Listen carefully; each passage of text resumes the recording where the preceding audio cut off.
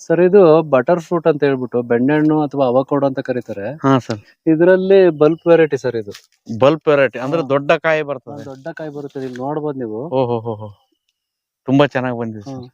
ಇದು ನನಗೆ ರೇವಣ್ಣ ಉಪ್ಪರ್ ಅಂತ ಹೇಳ್ಬಿಟ್ಟು ಕೊಡಗಲ್ಲಿ ಒಬ್ರು ಇದಾರೆ ಸರ್, ನಮ್ಮ ಗುರುಗಳು. ಹಾ ಹಾ ಹಾ. ಅವರು ಗಿಡ ಕೊಟ್ಟಿದ್ರು ಇದು. ಹಾ ಹಾ. ಅದನ್ನ ಬೆಳೆಸಿದೆ ಸರ್, ನನಗೆ ಒಂದು 2.5 ವರ್ಷದಲ್ಲೇನೆ ಫಸಲು ಬಂತು. ತುಂಬಾ ಕಾಯಿಗಳು ನೋಡಿ ಬಿಟ್ಟಿದೆ ಸರ್, ಸರ್. ಇಲ್ಲೆಲ್ಲ ಅದು ಕಾಣ್ತಾ ಇರ್ಬೋದು ನಿಮಗೆ, ಗೊಂಚ್ ಕಾಣಿಸ್ತಾ ಇದೆ. ಸೂಪರ್ ಆಗಿ ಬಂದಿದೆ ಸರ್. ಮಾರ್ಕೆಟ್ ನಲ್ಲಿ ಇವಾಗ ಅತಿ ಹೆಚ್ಚಿನ ಬೇಡಿಕೆ ಇದೆ ಸರ್. ಬೇಸಿಗೆ ಕಾಲ ಬಂತು ಅಂದ್ರೆ 150ರಿಂದ ಒಂದು 200 ರೂಪಾಯಿವರೆಗೂ ಹೋಗ್ತಾ ಇದೆ. ಹಾ ಹಾ ಹಾ. ನಮ್ಮಲ್ಲಿ ಇಲ್ಲೇ ಖರೀದಿ ಮಾಡ್ತಾರೆ. ಹಾ ಸರ್. ಆಮೇಲೆ ಮೇನ್ ಆಗಿ ಬಂದು ಇದರಲ್ಲಿ ಸುಮಾರು ವೆರೈಟಿ ಇದೆ ಸರ್. ನಾವೇನು ಅಂತಂದ್ರೆ ಇದು ಒಂದು ವಾರದಲ್ಲಿ ಅಷ್ಟೇ ಸರ್ ಈ ವೆರೈಟಿ ಎಲ್ಲ ಇರೋದು. ಕೀಪಿಂಗ್ ಕ್ವಾಲಿಟಿ ಜಾಸ್ತಿ ಇರಲ್ಲ. ಕೀಪಿಂಗ್ ಕ್ವಾಲಿಟಿ ಜಾಸ್ತಿ ಇರಲ್ಲ. ಹಾ ಹಾ. ಮೇನ್ ಆಗಿ ಏನಂದ್ರೆ ಆಯುರ್ವೇದಿಕ್ ಇದಕ್ ಬರುತ್ತೆ, ಹಾ ಹಾ. ಆಮೇಲೆ ಮೆಡಿಸನ್ ಇದಕ್ಕೆಲ್ಲ ಬರುತ್ತೆ. ಆಯಿಲ್ ಎಲ್ಲ ತೆಗಿತಾರೆ ಆಯಿಲ್ ಇದ್ರಲ್ಲಿ. ತೆಗಿತಾರೆ, ಫೇಶಿಯಲ್ಗೆಲ್ಲ ಯೂಸ್ ಮಾಡ್ತಾರೆ. ಹಾ ಹಾ ಹಾ. ಆಮೇಲೆ ಜ್ಯೂಸ್ ಪರ್ಪಸ್ ಆಗಿ ಜಾಸ್ತಿ ಹೆಚ್ಚಿನದಾಗಿ ಬೇಡಿಕೆ ಇದೆ ಸರ್. ಇದರಲ್ಲಿ ವೆರೈಟಿ ವೈಸ್ ಬಂದು ನಿಮಗೆ ಮೆಕ್ಸಿಕನ್ ಆಶು, ಲಂಬಾ ಆಶು, ಜೆಮ್ ಆಶು, ಪಿಂಕರ್ಟನ್, ಬೂತ್ 7, 034, ಆಮೇಲೆ ರೀಡು, ಹಾ ಸರ್. ಈ ತರ ಎಲ್ಲ ವೆರೈಟಿಗಳು ಇದೆ. ನೀವು ಕಮರ್ಷಿಯಲ್ ಮಾಡೋದಾದ್ರೆ ಹಾ ಸರ್. ನೀವು ಮೆಕ್ಸಿಕನ್ ಆಶ್ ಅಂತ ಹೇಳಿ ಬರುತ್ತಲ್ಲ, ಅದನ್ನ ಮಾಡ್ಕೊಳ್ಳಿ.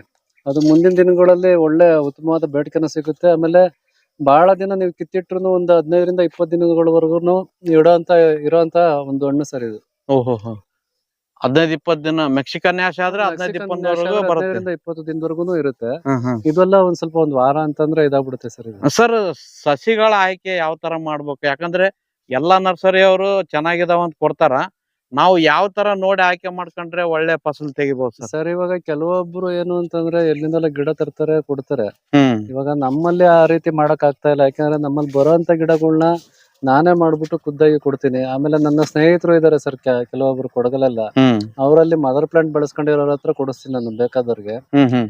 ಆಮೇಲೆ ಕೆಲವು ಗಿಡಗಳಲ್ಲಿ ಈ ರೋಗಗಳು ಅದು ಇದು ಏನು ಗೊತ್ತಿರಲ್ಲ, ಅಂತದೆಲ್ಲ ಅವ್ರ ಮಾಹಿತಿ ಕೊಡ್ತಾರೆ. ನಾನು ಇನ್ನೊಬ್ರು ಕೇಳಿದಾಗ ನಾನ್ ತಿಳ್ಕೊಂಡಿರೋದನ್ನ ಇನ್ನೊಬ್ರಿಗೂ ತಲುಪಿಸ್ತೀನಿ ಹ್ಮ್ ಹ್ಮ್ ಹ್ಮ್. ಸರ್. ಇವಾಗ ಗಿಡಗಳು ಆಯ್ಕೆ ಮಾಡ್ಕೋಬೇಕಾದ್ರೆ ಯಾವ ರೀತಿ ಅಂತಂದ್ರೆ, ಮದರ್ ಪ್ಲಾಂಟ್ ಕೆಲವರು ನರ್ಸರಿಗಳಲ್ಲಿ ಬೆಳೆಸಿರಲ್ಲ ಸರ್. ಹಾ. ಎಲ್ಲೋ ಬರೀ ಸಸಿ ತರ್ತಾರೆ. ತಂದು ಕೊಡ್ತಾರೆ. ಕೆಲವೊಂದು ಭಾಗದಲ್ಲಿ ಆತರ ಆಗ್ತಾ ಇದೆ. ಅದು ಹೇಳೋದ್ ಬೇಡ ಸರ್. ಇವಾಗ ಪಾಪ ಅವ್ರಿಗೆ ಗೊತ್ತಿರಲ್ಲ, ರೈತರು ಕೊಡ್ತಾರೆ, ಅದ್ ಕಾಯಿ ಬರಲ್ಲ, ಆಮೇಲೆ ಬೀಜದ ಗಿಡ ಕೊಟ್ಬಿಟ್ಟಿರ್ತಾರೆ. ಹ್ಮ್. ನೀವು ಗಿಡಗಳು ಆಯ್ಕೆ ಮಾಡ್ಕೊಬೇಕಾದ್ರೆ ಒಳ್ಳೆ ನರ್ಸರಿಗೆ ಹೋಗ್ರಿ, ಅವ್ರಲ್ಲಿ ಮದರ್ ಪ್ಲಾಂಟ್ ಇದೆಯಾ ಕೇಳ್ರಿ, ಯಾವ ವೆರೈಟಿ ಸೂಕ್ತ ನಮ್ಮ ಭಾಗಕ್ಕೆ, ಬಯಲು ಸೀಮೆ ಇರ್ಬೋದು, ಬೇರೆ ಬೇರೆ ಭಾಗ ಇರ್ಬೋದು, ಯಾವ್ದು ಬೆಳಿಬೋದು ಅನ್ನೋದನ್ನ ತಿಳ್ಕೊಂಡು ಅವರಲ್ಲಿ ಉತ್ತಮವಾದ ಸಸಿಗಳಿದ್ರೆ ಆಯ್ಕೆ ಮಾಡ್ಕೊಂಡು ನೀವು ಬೆಳೆಸಿ. ಆಮೇಲೆ ಮೇನ್ ಆಗಿ ಬಂದು ನಿಮಗೆ ಬಟರ್ ಫ್ರೂಟ್ ಯಾವ್ದೇ ಗಿಡ ತರಬೇಕು ಅಂದ್ರೆ ಕೊಡಗ್ನಲ್ಲಿ ತಂದ್ರೆ ಉತ್ತಮ.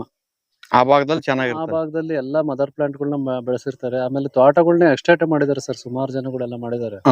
ಅವರಲ್ಲಿ ಗಿಡಗಳು ತಗೊಂಡ್ರೆ ಸುಮಾರು ಗಿಡಗಳಲ್ಲಿ ಚೆನ್ನಾಗ್ ಫಸಲು ಬರುತ್ತೆ. ಯಾಕಂದ್ರೆ ಬಹಳ ವರ್ಷಗಳದ್ದು ಗಿಡಗಳು ಇರ್ತವೆ.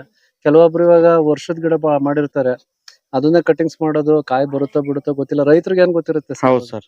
ಇವಾಗ ಕಾಯಿ ಬಂದಿರಲ್ಲ ಅಂತ ಗಿಡದಲ್ಲಿ ಕಸಿ ಮಾಡ್ಕೊಂಡ್ ಕೊಟ್ಬಿಡ್ತಾರೆ, ಅದ್ ಕಾಯಿ ಬರಲ್ಲ. ನಾಳೆ ದಿನ ಬೈಕೊಳ್ಳೋದು ಅದು ಇದು ಆತರ ಇಲ್ಲ, ಆಗ್ಬಾರ್ದು. ಬೈಕೊಳ್ಳೋದಕ್ಕಿಂತಲೂ ಅವ್ರದ್ದು ಸಮಯ ವ್ಯರ್ಥ ಆಗ್ತದೆ, ದುಡ್ಡು ವ್ಯರ್ಥ ಆಗ್ತದೆ, ಶ್ರಮನೂ ವ್ಯರ್ಥ ಆಗ್ತದೆ ಸರ್. ಆಗ್ಬಿಡುತ್ತೆ. ಆದ್ರಿಂದ ನೋಡ್ಬಿಟ್ಟು ರೈತರು ಮುನ್ನೆಚ್ಚರಿಕೆಯಾಗಿ ಒಳ್ಳೆ ತಳಿ ಗಿಡಗಳನ್ನ ನರ್ಸರಿಗಳು, ಈ ಕೊಡಗು ಭಾಗದಲ್ಲಿ ಸಿಗುವಂತ ನರ್ಸರಿಗಳಲ್ಲಿ ತಗೊಳ್ಳೋದು ಸೂಕ್ತ ಸರ್.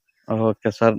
ನಿಮ್ಗೆ ಯಾರಾದ್ರೂ ಬೇಕಂದ್ರೆ ಕಾಲ್ ಮಾಡಿದ್ರೆ ಸಜೆಸ್ಟ್ ಮಾಡ್ತೀರಿ ಸರ್? ಸರ್ ಸಜೆಸ್ಟ್ ಮಾಡ್ತೀನಿ sir. Okay sir, thank you sir.